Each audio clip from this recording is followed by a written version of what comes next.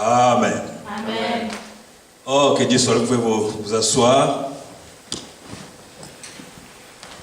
Je bénis le Seigneur d'être là au milieu de vous. Surtout, hier, j'étais trop surpris de voir tous ces bien-aimés Dream Team venir à la gare pour me recevoir. Je ne m'attendais pas que je pensais avoir ce le pasteur Christ, mais j'étais très émerveillé par rapport à cela. Je viens de l'église de Dallas, l'église mère.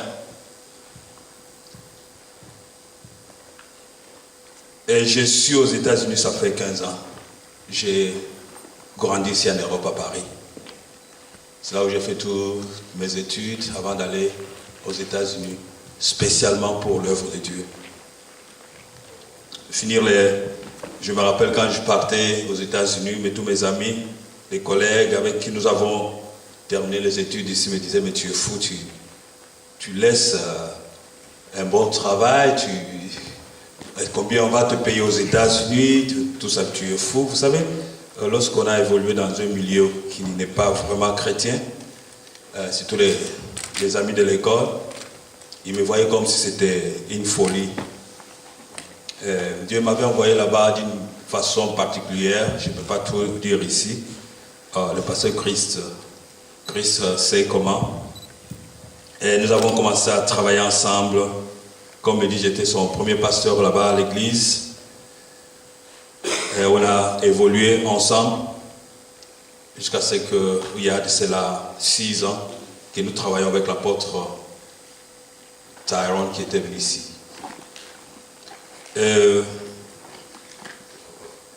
Témoignant de votre pasteur ici, c'est un homme déterminé. Vous savez, il est trop apprécié dans l'église, apprécié aux États-Unis, parce que ce qu'il est en train de faire ici, c'est pas donner à n'importe qui. Être en mission, laisser sa femme, l'enfant, laisser toutes choses, la belle vie, et venir ici, gémir, souffrir pour que cette œuvre se tienne debout. C'est pas donner à qui que ce soit, il faut être envoyé par Dieu pour accepter cela. Amen. Amen. Amen. Je crois qu'il y a des vivants dans cette salle. Amen. Amen. Amen. Amen. C'est pourquoi j'aimerais que vous puissiez applaudir pour votre pasteur.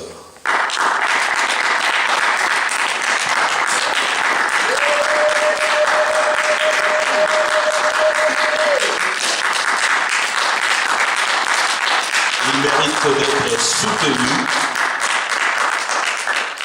parce que ce travail, nous connaissons les temps difficiles qu'il traverse, nous sommes au courant de toutes choses. Mais ce que je sais, notre Dieu est un Dieu de faible commencement.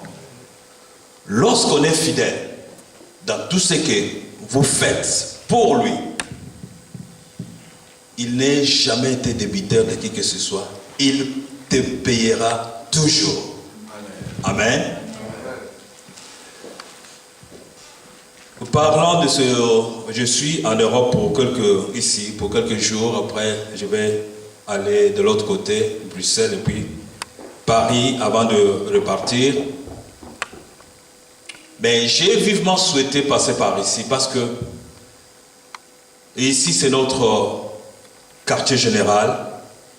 Avant de partir en Europe pour faire quoi que ce soit, on doit d'abord atterrir ici. On doit s'assurer que tout se passe bien ici. Et je vous assure, derrière vous, parce que vous pouvez voir, vous êtes un petit nombre. Il faut se réjouir. Dis à ton voisin, il faut se réjouir. Dis-lui encore, il faut te réjouir. Dis-lui encore, si il est possible que tu prennes beaucoup de photos avec moi, parce que tu ne sais pas ce qui peut m'arriver bientôt. Ça pourrait être dans l'histoire. Oui, c'est lui. Ou bien c'est elle. Regarde la photo. Mais tu ne sais pas où est-ce que Dieu peut te propulser. Amen. C'est pourquoi il faut être fidèle dans tout ce que nous faisons. Je disais que derrière vous, il y a beaucoup de gens qui souhaitent être un jour ici, de l'église, mais certainement vous les verrez venir tous. On se souhaite d'être là, de venir encourager, de venir prier avec vous, de venir vous soutenir, que ce soit les musiciens, que ce soit des membres de l'église. Ils se préparent pour un jour vous surprendre ici. Et moi-même, j'ai les témoignages de ce qui se fait ici. Mais aujourd'hui, nous voulons partager quelque chose. Peut-être c'est une parole que le pasteur a déjà prêchée ici.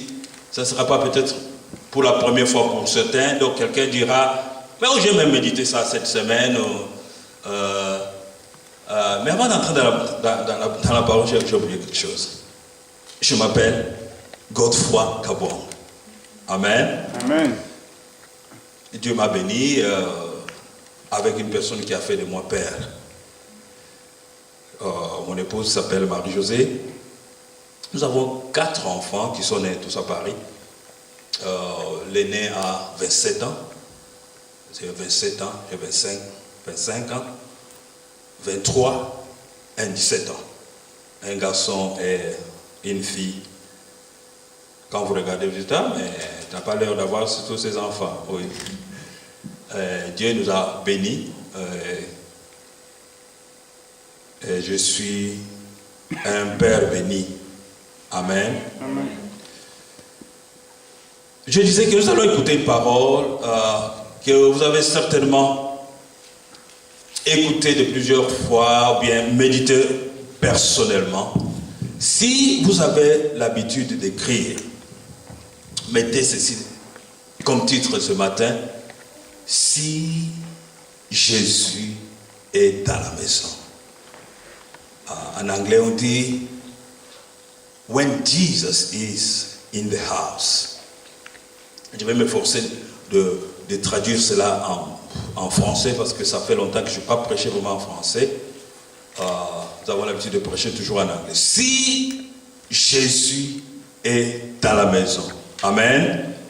Est-ce que tu peux dire à ton voisin, si Jésus est dans la maison?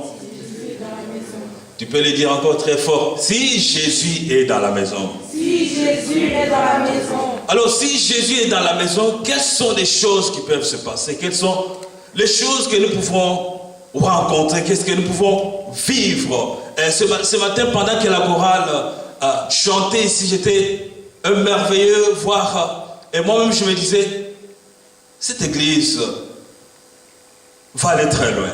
Vous savez, ce qui se passe ici, il y en a beaucoup d'églises qui cherchent à avoir un groupe comme le groupe qui chante ici. Même aux États-Unis, là où nous sommes, un groupe, vous chantez très très bien. Merci. Vous chantez très très bien. Même si l'équipe n'est pas complète de musiciens, mais vous chantez très bien. Et il y a des églises qui cherchent même à avoir les voix comme vous êtes ici. Moi-même, je suis fier de dire, oh, ça c'est une grande armée qui s'élève. Amen. C'est pourquoi, lorsque la chorale chante ici, nous bien-aimés qui sommes là-dedans, ne sommes pas en train de vivre un spectacle, non. Nous ne sommes pas des spectateurs, mais nous devons être des participants. Alléluia. C'est pour les encourager, parce que je sais, la parole de Dieu déclare, là où 2 ou 3 sont réunis en mon nom, je suis au milieu d'eux. Alléluia. Et dans cette salle, Dieu est là, c'est ce qui est très important. Dieu est là dans ces lieux. Amen. Ça peut sembler être vide.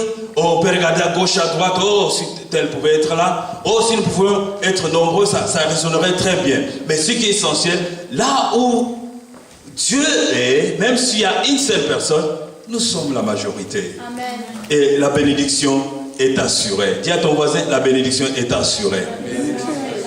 Dis-lui encore très fort, la bénédiction est assurée. Mais peut-être quand tu dis la bénédiction est assurée, parce que c'est très loin. Il dit, ta bénédiction est assurée. Oh yes, parce que la Bible dit ceci. Dieu aime celui qui le cherche. Et tous ceux qui le cherchent avec un cœur sincère. La Bible en anglais dit diligently. Donc empressement. Ceux qui les cherchent avec empressement, Dieu rémunère toujours.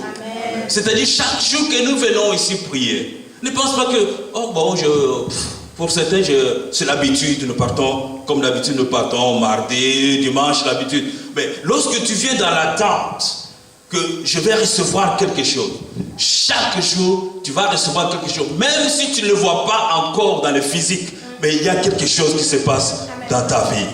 C'est pourquoi chaque jour, la vie chrétienne n'est pas une vie de surplace ou stagnante, mais la vie chrétienne, chaque jour, comme tu es là ce matin, il y a quelque chose qui va changer dans ta vie, qui va t'aider à ce que demain, tu ne sois pas la même personne.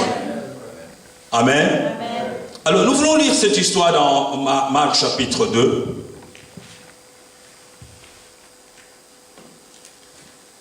Oh, Dieu merveilleux.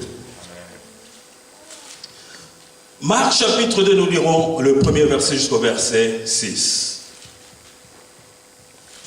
Je vais vous encourager, quand votre pasteur prêche, quand quelqu'un d'autre prêche, ne dis pas que j'ai l'habitude d'écouter, je connais ça, mais il faut toujours prendre note. Je dis toujours aux membres de l'église, ou partout où je passe, lorsque tu viens à l'église, et c'est 3 choses qu'il ne faut pas manquer. Et ta Bible, et ton cahier de notes, et n'oublie pas ton offrande et ta dîme. Amen. La Bible pour vérifier ce qui est prêché, les notes pour que je puisse écrire, même si je ne comprends pas tout de suite là, mais j'aurais vérifié cela et ça pourra m'aider plus tard.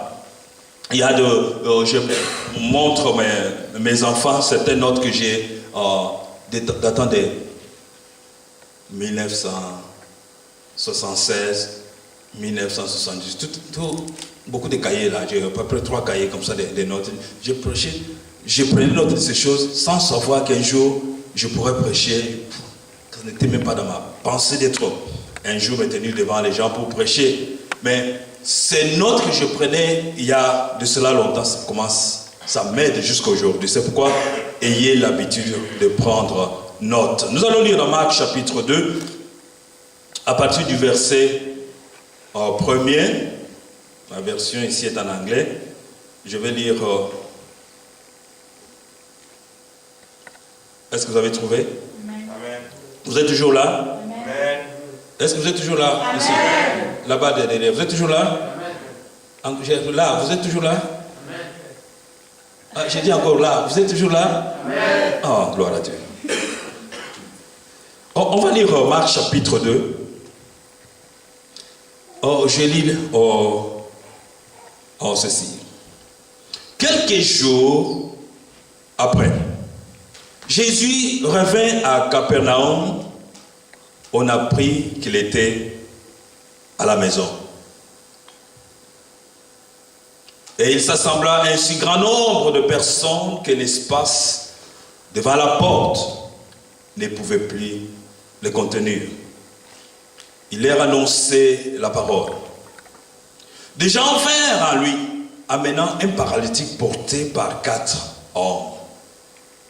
Comme il ne pouvait l'aborder à cause de la foule, il découvrit les toits de la maison où il était, et ils descendirent par cette ouverture les lits sur lesquels les paralytiques étaient couchés. Jésus, voyant leur foi, dit au paralytique: mon enfant, tes péchés sont pardonnés. Il y avait là quelques scribes qui étaient assis et qui se disaient au-dedans d'eux: comment cet homme parle-t-il ainsi? Il blasphème. Qui peut pardonner les péchés si ce n'est Dieu seul? On va arrêter notre lecture par ce verset. Est-ce que nous pouvons prier? Père, nous te bénissons, car tu es un grand Dieu. Pendant ces quelques minutes, nous avons besoin de toi, que tu nous parles, que tu nous visites. Nous avons besoin de ta sagesse, Saint-Esprit. Prends le dessus sur toutes les choses, nous te soumettons toutes les choses ce matin et donne gloire à Jésus. Nous t'avons ainsi prié. Père, au nom de Jésus. Amen. Amen. Lorsque nous lisons cette histoire, la Bible nous dit ceci. Jésus revenait encore une fois à Capernaum. Pourquoi on dit revient une fois? Si vous lisez le chapitre 1er, c'est la première année que Jésus était dans son ministère, qu'il a commencé à prêcher. Si vous lisez le chapitre qui est au devant, vous verrez qu'il a fait beaucoup de miracles, il a guéri des gens. Si vous lisez le chapitre 1, à partir du verset 39, il a guéri beaucoup. Toute personne qui venait auprès de lui, quelle que soit la maladie, quels que soient les démons, quelle que soit la possession, ces gens étaient délivrés, ces gens étaient guéris. Et dans le chapitre 2, on nous dit ceci. Il revint à Capernaum.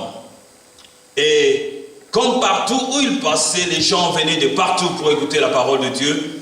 Et la Bible nous dit ceci. Ils ont appris qu'il était quelque part dans une maison. Et la Bible nous dit ceci. Les gens étaient tellement dans cette maison pour écouter ce que Jésus prêchait. La maison était tellement full, même devant les portes, les fenêtres, personne d'autre ne pouvait entrer. Tout était full. Imaginez-vous comme dans cette salle. Même si, imaginez-vous seulement, mettez seulement une image que tellement se plaint, dehors à la porte d'entrée se plaint, tout autour se plaint, dans le couloir se plaint, personne d'autre ne pouvait entrer. Des gens étaient attentifs, écoutaient ce qu'il disait. Peut-être il y avait ceux qui avaient des situations de désespoir, ils voulaient écouter réellement ce que Jésus disait. Personne ne faisait attention à quoi que ce soit. Mais la Bible nous annexe quelque chose.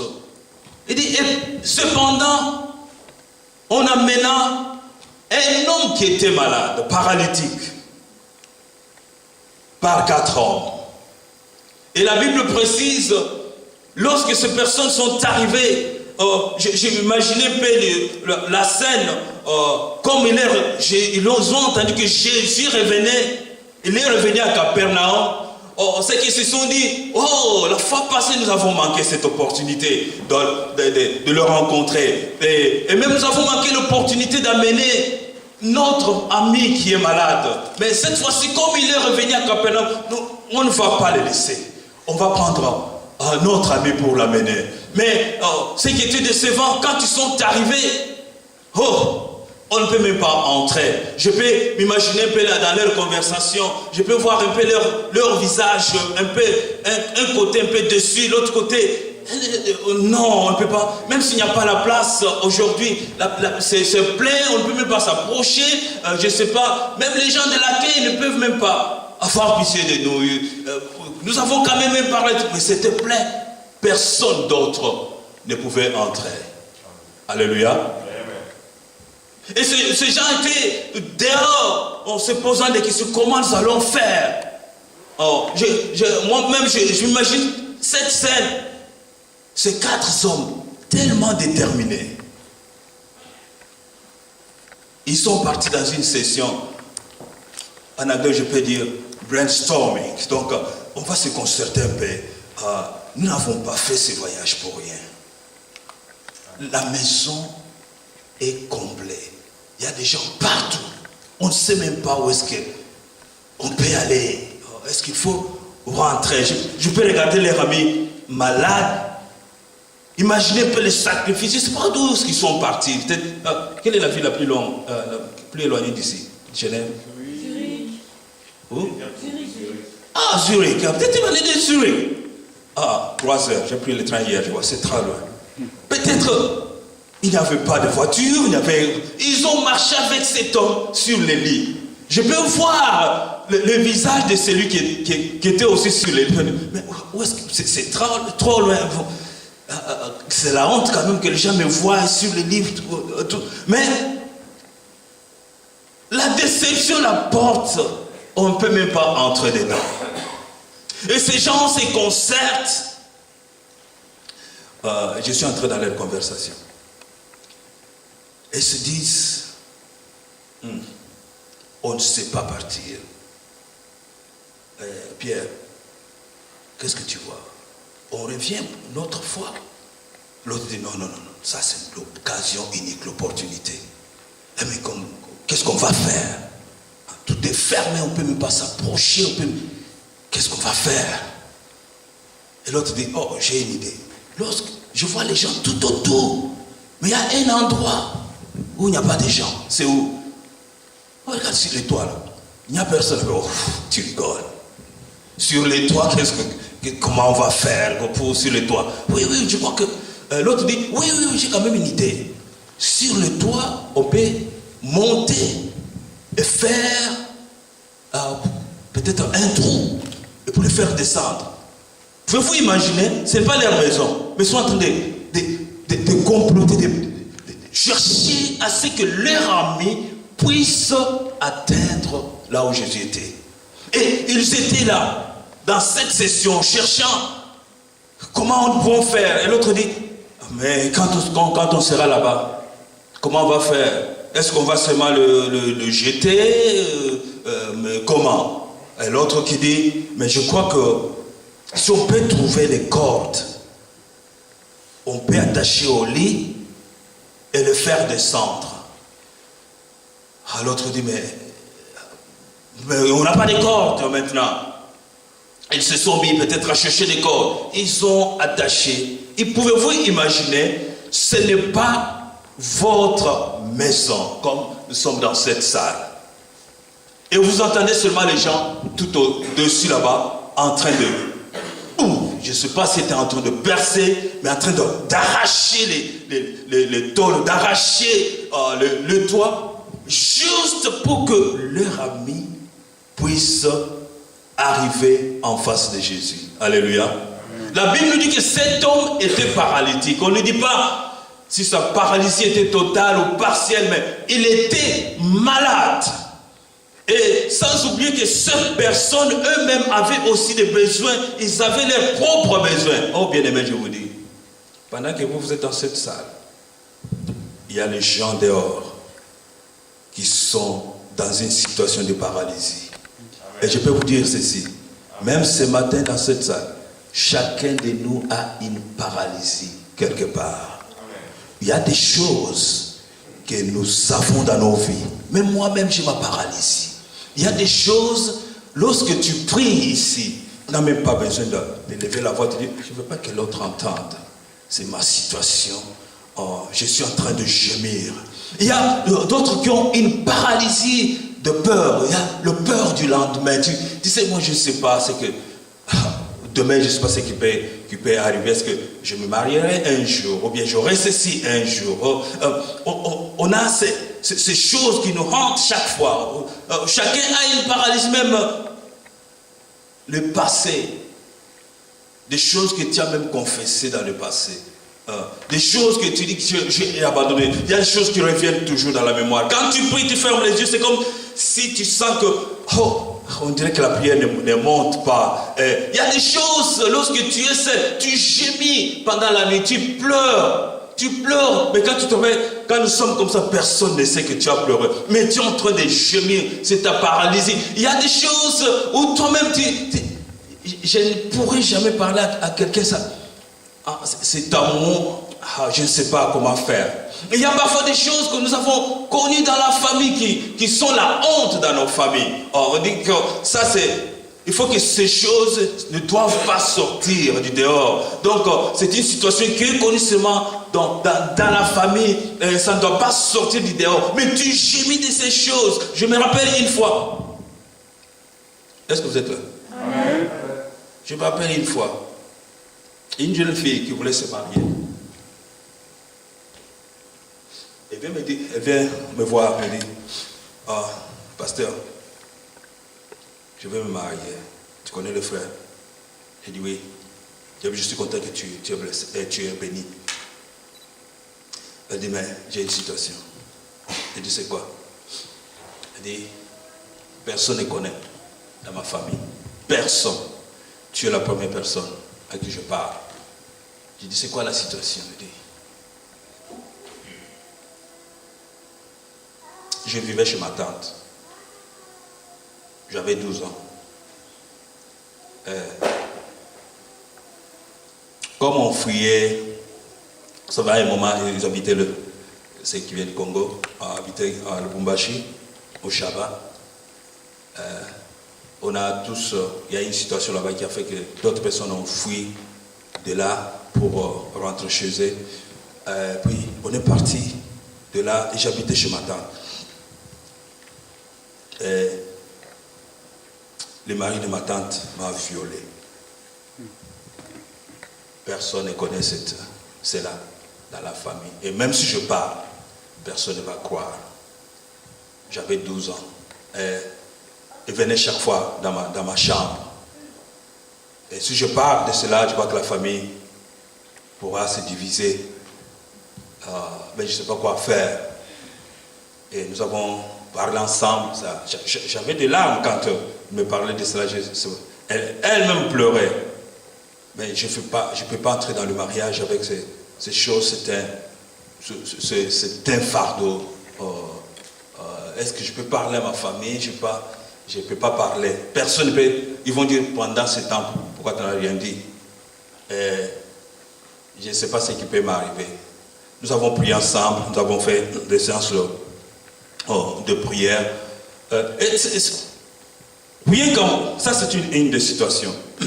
Il y a beaucoup de choses qui se sont passées dans nos vies, que nous vivons. Et je peux dire, ça c'était une paralysie à cette jeune fille qui entrait dans le mariage.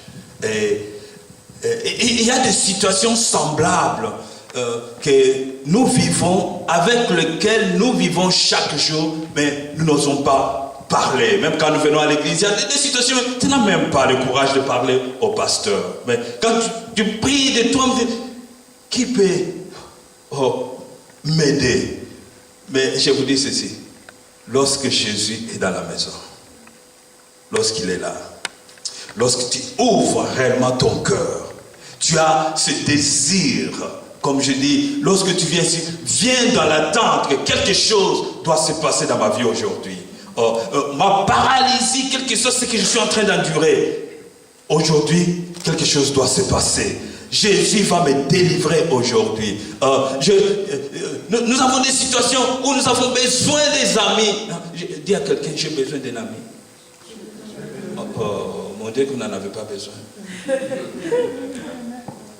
Dis-lui encore, j'ai besoin d'un ami. Qui peut me porter, qui peut m'encourager. Vous savez, c'est difficile de trouver des vrais amis. C'est difficile de trouver des vrais amis. Mais dans l'église, c'est là où nous pouvons trouver des vrais amis. Pourquoi? La Bible nous dit ceci dans Jean chapitre 15. Vous pouvez écrire cela. À partir de verset 13. C'est Jésus seul qui dit. Élie, je ne vous appelle plus serviteur. Jean 15, à partir du verset 13. Je ne vous appelle plus serviteur, mais je vous appelle ami. Si vous faites ce que je vous commande, je vous appelle ami. Nous sommes amis de Jésus. Lorsqu'on est amis de Jésus, il est facile de se faire des amis tout autour. Amen. Amen. Je ne sais pas si le chanteur, vous connaissez ce chant en anglais? I'm a friend of God. Je suis l'ami de Dieu. Parfois nous chantons I'm a friend of God, I'm a friend of God. Parce qu'il m'a aimé. Et nous sommes les amis de Dieu. Parce que nous sommes des amis de Dieu, il est facile de se faire des amis à l'église. C'est pourquoi l'église qui croit, l'église qui va de l'avant, c'est l'église où tous les membres se considèrent, nous sommes des vrais amis. Vous savez, un jour, on faisait un concours, c'était ici en Angleterre, concours, on veut trouver quelqu'un qui peut définir vraiment qui est ami. On avait mis un prix pour des gens qui vont définir vraiment un vrai ami. La définition, il a un prix à payer, à être donné. Les gens venaient de partout, ils ont envoyé d'autres par lettre pour voir quelle est la définition exacte d'un ami, on a retenu une seule définition qui a émerveillé tout le monde et la personne a gagné. Elle dit ceci: un vrai ami, c'est celui qui entre chez toi lorsque tout le monde claque la porte et part. C'est la vraie définition. Le vrai ami de l'église ou du pasteur, c'est celui qui dit: pasteur, qu'il pleuve, qu'il neige, nous restons dans la maison. Que les gens claquent la porte, qu'ils partent. Mais de vrais amis, c'est quand on claque qu'il fait son entrée. Je suis là. Amen. N'aie pas peur. Vous savez, à un moment aux États-Unis, tout au début, je regarde mon temps. Il y a beaucoup de choses à dire. Je ne suis même pas entré encore dans le développement, c'est ce que je vais dire. Mais je voulais vous encourager. Et il y a de cela quelques temps, aux États-Unis, vous savez, il y avait cette histoire de ségrégation de race. Et il y a un sport qui était réservé seulement aux Blancs. Baseball. Hein? Vous ne pouvez pas trouver un noir jouer au baseball. C'était réservé seulement aux Blancs. Maintenant, c'est répandu, même les Noirs sont en train de... Alors, il y avait un Blanc, un Noir, qui aimait ce sport et qui était parmi les joueurs. Il s'appelait Jackie Robinson. C'était le premier Noir dans les baseball. En lisant l'histoire de Jackie, on dit ceci. Un jour, pendant qu'il jouait, Jackie a fait l'erreur. Et l'erreur qu'il avait commise a fait que son équipe perde le match pendant ce temps-là. Vous savez, à l'époque où il y avait tellement de racisme, c'est tout le monde criait sur lui, qu'on n'a pas dit sur lui. Oh, négro, qu'on a dit n'importe quoi. Tout le monde était fâché. Quelle erreur qu'il a fait. Et l'histoire nous dit ceci. Mais l'entraîneur de son équipe et tous les joueurs de son équipe, malgré qu'ils ont perdu, sont venus tout autour de Jackie, le tapant sur l'épaule, disant: Jackie, ne regarde pas ce qui se passe dehors, mais ce que nous voulons t'assurer, tu es de notre équipe. Tu resteras toujours dans notre équipe. Quel que soit ce qui se dit dehors. C'est pourquoi je vous dis ceci. Là où il y a le vrai ami comme cette église, si nous sommes les amis de cette église, nous aurons tous la même motivation. Nous aurons tous, malgré la diversité, mais nous poursuivons toujours le même but. Le but de ces 4 hommes était: notre ami ne va pas rentrer aujourd'hui comme il a été. Il doit voir Jésus. Ils s'en foutaient que la maison ne nous appartienne ou ne nous appartienne pas. C'est que nous cherchons, il doit voir Jésus aujourd'hui. Qu'importe ce que les gens vont dire, qu'importe ceux qui sont dedans dans l'église, qui sont en train d'écouter la parole, je peux m'imaginer lorsque le toit est en train d'être déchiré. Je peux voir le visage de ceux qui étaient dedans. Je peux voir, vous savez, lorsqu'on déchire le toit, il y a le poussière qui descend, il y a peut-être le bout de plâtre qui tombe. Et ces personnes se posent: mais c'est quoi ça? Je peux voir même le visage de Jésus lui-même, un peu stupéfait. C'est dit ça, mais qu'est-ce qui se passe? Mais cette personne est descendue juste en face de lui. Je peux voir les visages des gens qui s'attendaient. Qu'est-ce que Jésus va dire? Mais ce qu'il a même, Jésus a dit, a fait un peu, c'est comme si c'était une déception à ses amis. Il dit: oh, mon fils, tes péchés te sont pardonnés. Certainement, ils se sont dit, nous, on s'attendait qu'il va faire, je ne sais pas, peut-être une prière. Mais il a dit seulement que tes péchés te soient pardonnés. Je vais vous dire ceci, bien-aimé. Beaucoup de cas de maladies que nous avons, ou des situations que nous avons, ne sont pas seulement des situations qui nous arrivent comme ça, mais beaucoup de choses qui nous arrivent, c'est par rapport à la vie de péché que nous avons menée autrefois. C'est ainsi que Jésus dit à cet homme, tes péchés te sont pardonnés. Je voulais vous donner quelques points ce matin. Lorsqu'on est dans l'église, lorsqu'on s'attend à recevoir quelque chose, lorsqu'on s'attend, comme on dit en anglais, de recevoir son breakthrough ou la percée, chaque jour nous cherchons à avoir une percée. La première des choses que tu dois mettre dans ta tête, fais une place dans ton cœur pour Jésus. Dis à ton voisin, fais une place, please, s'il te plaît. Fais une place dans ton cœur. Si tu viens de tout ton cœur, chaque jour, avec cette attente, je voulais recevoir quelque chose. Parfois, nous ne recevons pas parce que tellement qu'on est habitué avec le pasteur, oh, je sais qu'il va commencer comme ça, il va terminer comme ça.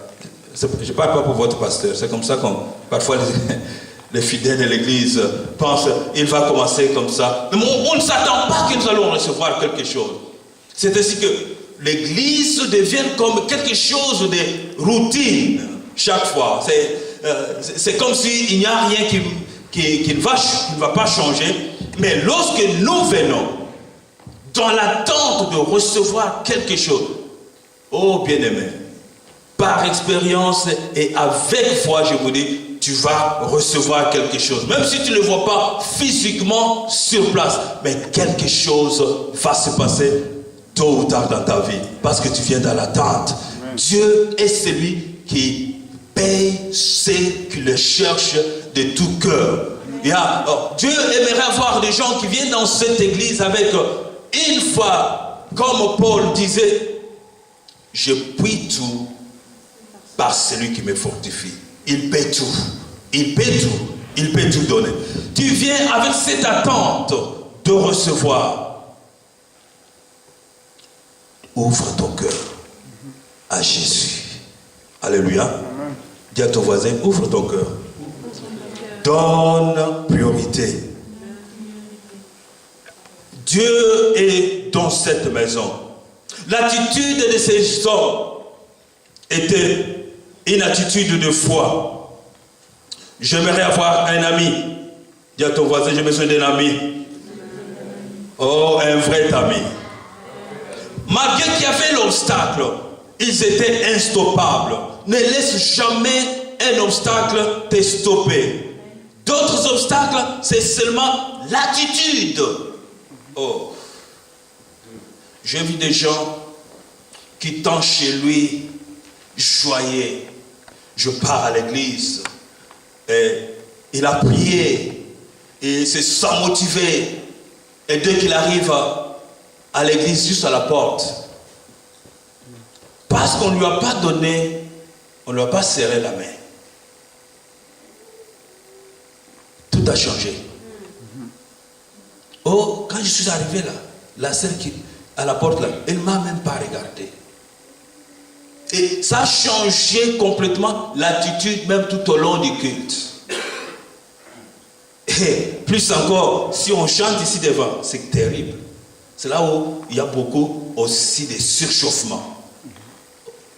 Mais normalement, c'est moi qui devais jouer cette joie, mais subitement, il a changé de voix et ça fait comme si un peu, on voit beaucoup de choses. Et ça a complètement changé même l'attente qu'il avait de recevoir quelque chose. On a vu des gens, l'attitude changer parce que d'habitude, je m'assois à ses côtés. Mais quand je suis entré, les gens de l'accueil m'ont amené de l'autre côté. Je voulais réellement être là. Mais la sœur là de l'accueil, ou le frère là de l'accueil, m'a poussé de l'autre côté. Et tout a changé, son culte, son attente a changé, l'attitude a changé, l'attente a changé, à cause, parce qu'on m'a changé de place. On a vu d'autres personnes, l'attitude changer. Mais la salle ici d'habitude s'est chauffée, mais aujourd'hui, on est en train c'est comme dans une glacière, là. C'est froid, là. Je n'ai même pas envie de prier, mais ils doivent quand même faire quelque chose. Pendant que nous chantons, pendant que nous dansons, lui, ses pensées se concentrent.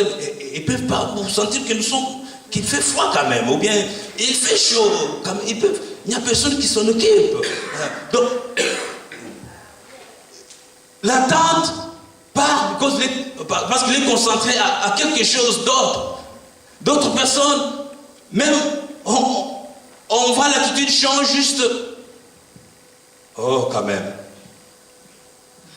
Depuis que je suis dans cette salle, j'aurais voulu qu'on change la couleur d'ici, mais je n'aime pas tellement la couleur rouge. Ça ne me donne pas envie vraiment d'être là. C'est pourquoi je viens de temps en temps, si vous ne me voyez pas, je n'aime pas tellement la couleur rouge. Lui, Dieu, ça lui dit, mais lui, c'est les couleurs. Quand tu viens ici, il contemple tout. Et surtout si il a fait l'école de décoration, mais tout ce qu'il voit ici, c'est, oh, on devait changer ça, ça mettre ça. Oh, il n'y a même pas de fleurs devant ici. Donc, il est concentré à autre chose, au lieu d'être concentré sur Dieu. Alléluia. Amen. Je sais que ce n'est pas ici. Ce n'est pas des choses qui se font ici. L'attitude seulement peut nous amener à ne pas recevoir, à ne pas recevoir quelque chose. D'autres personnes, même l'attitude change.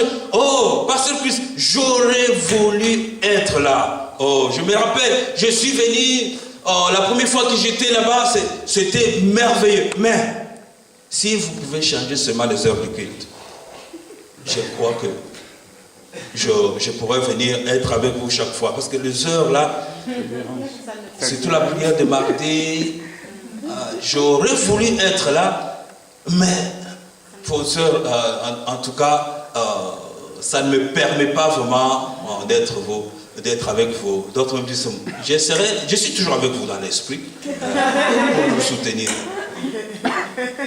Mais nous te voûterons aussi dans la chair, pasteur, mon frère. L'attitude change. D'autres, oui, je suis venu là, mais j'ai participé plusieurs fois au culte. Mais ça ne vraiment concorde pas à ce que j'attends. Le style de vie de l'église avec mon style de vie, ça ne matche pas, ça ne concorde pas. Je ne pense pas que c'est ce genre d'église que je vais. Et je peux venir là de temps en temps, quand j'aime bien être là, mais ce n'est pas vraiment le genre que j'aimerais vraiment participer. Je viens là, mais toutefois sans m'engager à quoi que ce soit. On voit des gens comme ça qui viennent à l'église, et ce genre de chrétiens peuvent aller d'église à église et ils ne savent même pas ce qu'ils sont en train de chercher. Aujourd'hui, il était avec le pasteur Christ, le lendemain, il est avec, peut-être il a changé le pasteur qui vient de après, le pasteur Sam, après, ce n'est pas là. Donc, on ne sait pas ce qu'il cherche vraiment. Mais notre but, lorsque Jésus est dans la maison, tu dois te révolutionner toi-même. La façon dont tu adores lorsque tu es ici. Ne regarde pas à gauche, ne regarde pas à droite. Vois que, Seigneur, si tu ne peux pas écouter ma soeur ou mon frère, écoute-moi. De tout cœur, tu chantes, tu loues, tu adores comme si c'était les derniers jours. Parce que demain ne nous appartient pas. Tu viens ici pour louer, tu viens ici pour danser, pour célébrer. Peux-tu t'imaginer que tout au long de la semaine, tu n'as pas eu cette opportunité d'être dans la présence de Dieu? Et que tu as cette opportunité d'être là. La façon dont tu chantes doit être changée. Jésus est dans cette maison. Amen. Jésus est dans cette maison, prêt pour changer, prêt pour un miracle pour toi, prêt pour ta guérison, prêt pour ta délivrance, prêt pour répondre à tes besoins. Il est dans cette maison lorsque toi-même tu mets tout ton cœur. Donc il est là. J'ai une paralysie quelque part. Il y a des choses qui sont dans nos vies, dont nous avons besoin. Que Dieu puisse nous aider, que Dieu puisse me délivrer. Oh, beaucoup de choses. Si je vais entrer dans le témoignage des choses en tant que l'homme de Dieu, des choses que nous avons vécues, des choses que nous avons entendues, des choses que nous avons vues. Les gens gémir, je peux vous assurer que chaque jour, chacun a une paralysie quelque part. Amen. Que ce soit l'homme de Dieu, rempli de l'esprit, a une paralysie quelque part. Alors si tu veux recevoir ta percée, je te disais, ouvre le cœur ou donne place à Jésus dans ton cœur. Mais aussi, je te dis ceci, sois en compagnie toujours des bons amis. Amen. Sois toujours en compagnie des bons amis. Il y a des gens ou des amis qui nous déroutent chaque fois. Si tu peux avoir des amis, des gens qui t'encouragent à suivre ce que tu es en train de faire, à suivre surtout la ligne de conduite est là, des gens qui t'encouragent. Évite les amis qui ne t'amènent à rien, des amis qui te disent rien, des amis qui, dans les causeries, c'est toujours des futilités, c'est des choses qui n'édifient pas. Hein. De milieu où toi-même, quand tu es là, tu n'as même pas le courage de dire Jésus t'aime. Tu n'as même pas le courage de dire quoi que ce soit. Si tu es dans le milieu comme ça, je te dirais, sors de là. Sors de là. Cherche là où on t'encourage, là où on te supporte, où on te pousse. Vous savez, il y a d'autres amis, lorsque vous pouvez rigoler, mais dès que tu tournes le dos, mais c'est terrible. Si ton dos pouvait être pourri, mais tu auras la face bien, mais le derrière c'est déjà pourri. Il y a des gens, comme en anglais on dit que ils te mangent. Il te mange. Backbite, c'est-à-dire qu'il te mange. Quand tu tournes le dos, il est en train de te manger. Donc, mais des amis, même lorsque tu es dans une situation compliquée, et ils peuvent faire semblant, compatir avec toi. Mais dès que tu tournes le dos, on t'a même donné le nom. Parce que tu t'es confié et les choses pour lesquelles tu t'es confié petit à petit. Vous savez, nous avons vu des situations, nous avons une situation d'un frère ou d'une sœur, comme nous sommes dans notre groupe d'intercession, prions pour tel cas. Mais je m'imagine, un frère me disait ceci, je m'étais confié à un couple pour ma situation. Mais par surprise, c'était secret, mais j'ai entendu cela sortir de la bouche de quelqu'un qui n'était même pas avec moi. Et ce qui était grave, j'ai entendu ça de la bouche de mon père. Il dit, mon père, je n'ai jamais parlé ni à mon père, ni à ma mère, ni à qui que ce soit de ma situation. C'était une situation intime. Mais mon père me posait la question, c'était honteux de répondre. Comment il peut avoir ça? Pourquoi? Je me suis confié aux amis, mais ils sont partis un jour à l'église dans l'intercession. Oh, vraiment, frère, nous avons un cas ici dans la prière, mais ça reste entre nous ici. Prions pour un frère qui est dans telle difficulté. Il a ça. Je commence à détailler dans la prière. Et tout le monde dans la prière. Ça doit être quelque chose qui était confidentiel. Et ça sort dans un sujet de prière, alors qu'ils avaient déjà prié pour cela. Et c'est ainsi que c'est sorti, arrivé jusque. C'est pour vous montrer que nous avons trouvé un vrai ami. C'est une situation à chercher que Dieu vraiment t'aide. Mais l'église, c'est une communion des vrais amis. Et ceux qui ont donné leur cœur au Seigneur et qui ont fait de Jésus lui-même leur vrai ami. L'autre chose pour laquelle je vais vous